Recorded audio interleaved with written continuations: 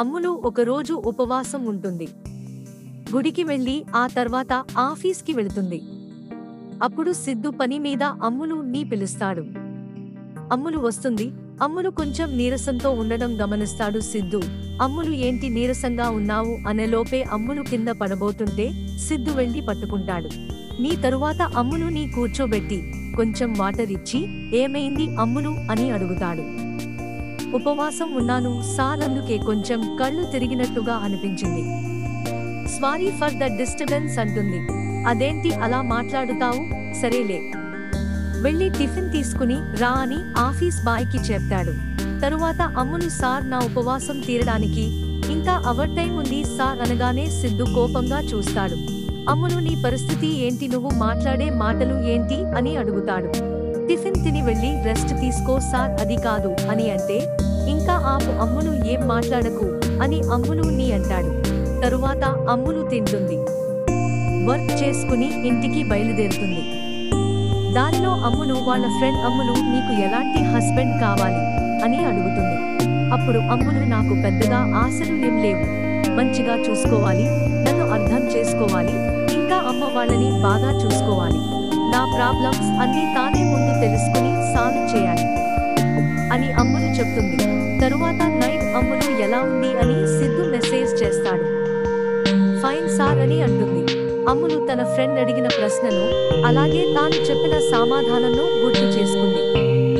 అలాంటి అబ్బాయి ఉంటాడా అని ఆలోచిస్తుంది. అప్పుడు సిద్ధుని గుర్తు చేసుకుంటుంది.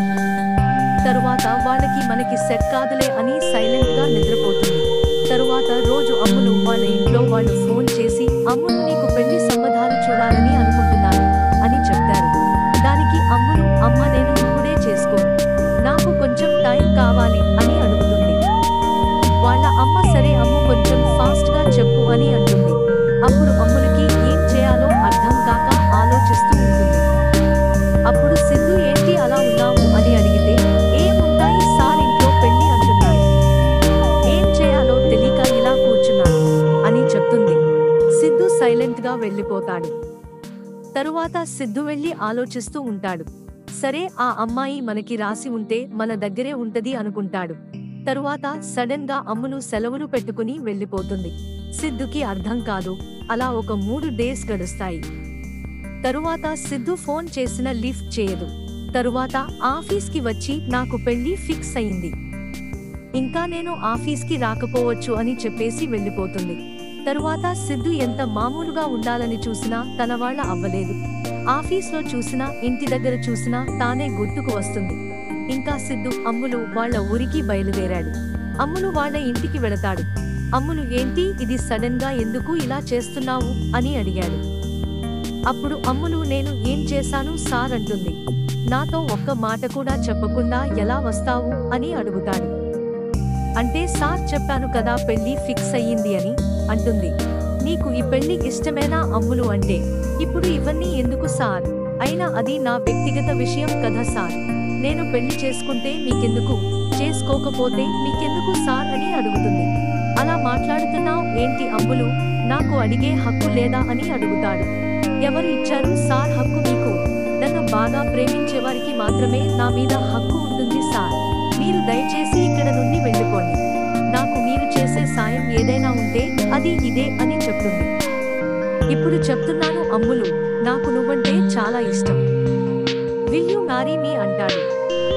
అమ్ములు షాక్ లో ఉంటుంది. ఇది కళ అని ఆలోచిస్తుంది. కాదు నిజమే అని మళ్ళీ బయటకు వస్తుంది. నీ నిర్ణయం చెప్పు, బయట వెయిట్ చేస్తాను అంటాడు.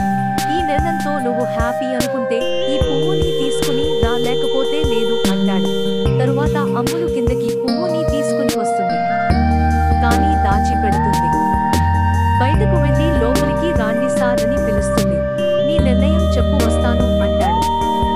చెప్తా రండి సార్ రాండి అంటుంది. సరే అని లోపలికి వెళతాడు. వాళ్ళ ఫ్యామిలీని పరిచయం చేస్తుంది. సిద్ధుకి కూడా పరిచయం చేస్తుంది. అమ్మ నీకు కాబోయే అల్లుడు అని చెప్తుంది. సిద్ధు చాలా హ్యాపీగా ఫీల్ అవుతాడు. సిద్ధుకి అర్థం కాదు. బయటికి వచ్చి ఏం మాట ఇచ్చావు అని అడుగుతాడు. అది సార్ ఇంట్లో పెళ్లి సంబంధాలు చూస్తున్నారు, ఎవరినైనా ఇష్టపడ్డవా అని అడిగారు, 2 రోజుల్లో పరిచయం చేస్తాను అని చెప్పాను, చేశాను కూడా అని చెప్తుంది. అంటే ఒక ప్లాన్ ప్రకారం నేను వచ్చానా అని కోపంగా వెళ్ళిపోతాడు.